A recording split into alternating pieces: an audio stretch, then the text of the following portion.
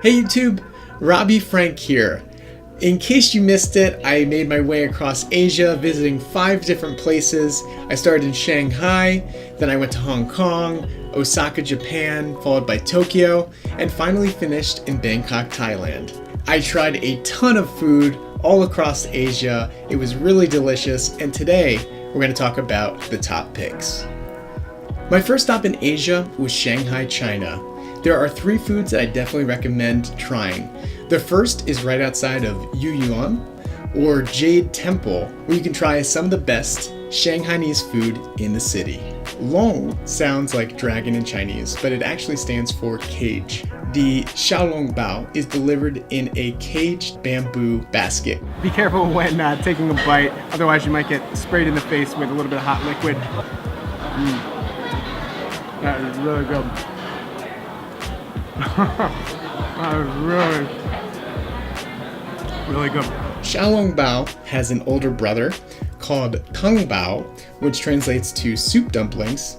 And the way you eat these guys is you stick a straw in the top. It's going to be filled with this really hot broth and some meat at the bottom. You're going to suck out the hot broth first. You can eat the whole family, and they are delicious. And my last recommendation for Shanghai is jian, which translates to pancakes.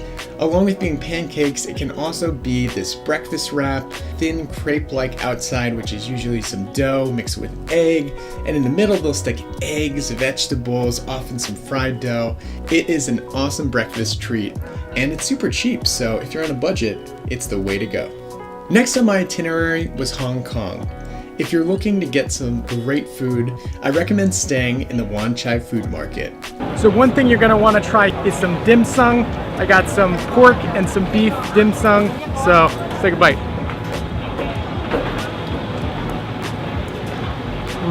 One of the cool things about this city being so international is there's just so many different types of food. Just got some traditional Taiwanese bubble tea. A day into the trip, my older sister Alexis joined me in Hong Kong. She was a little under the weather when she came in, so we decided to get something called congee. Now, congee is a rice porridge. It's very simple, so if you are feeling off at all, congee is the way to go. The next stop on my trip was the 3rd largest city in Japan, Osaka. There, I recommend trying what the locals eat. In the morning, there are all these little diners, and when you go in, get something called gyrodon or jiromesi. It's a bowl filled with rice and onions, and on the top they put this beef. There are a variety of sauces that you can mix it with. American barbecue sauce, there's a more Korean barbecue type sauce, as well as a bunch of traditional Japanese sauces. It's a simple meal, but it is just a staple in the Japanese world, and I definitely recommend giving it a try. One thing I tried for the first time was some fried octopus. Now, if you can imagine a zeppeli, but stuffed with fried octopus, that is what takoya is. It's a little bit like shrimp. It's soft, but it's got a little crunch to it. And they put this really tangy, sweet sauce on it. It's really good. I'm all done. Next, I made my way to Tokyo. Now, one place you definitely gotta stop by is the Takeda fish market. I was recommended to this location by my friend Tomo, who has lived in Tokyo nearly her entire life. The earlier you get there, the better, but you will literally see fishermen shuttling barrels of fish to local restaurants, and there are a bunch of shops where you can grab some of the freshest seafood that you've ever had. A few days later, my friend Dave, who's a pilot, flew into Tokyo, and I met up with him in the Akihabara station, which is the anime district in Tokyo, and I took him out for some of the best ramen that I've ever had. Definitely an experience I don't think you can replicate in the United States, or something you'd have to look extremely hard for. It's like the broth is almost the pork. It's just... Yeah, where does one start and the other end? I don't know. It's just When you're here, you should eat what the locals eat. Yes. One of the things that locals eat is some delicious ramen. Also right near the Akihabara station are a variety of really delicious beef restaurants.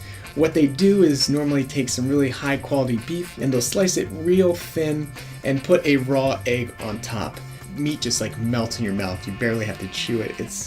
It's awesome. And for the last leg of my journey, I made my way to Thailand, where the spices were magnified and the food got a little crispier. So this is day 3 here in Bangkok. Tino here is from Germany. I like food. Pretty much. This is why I'm here. I want to come out of my comfort zone of food, and it's the right place to be. Starting at a street food location like this with some nice pad thai, fresh out of the pan. I wish you could taste and smell all these delicious foods.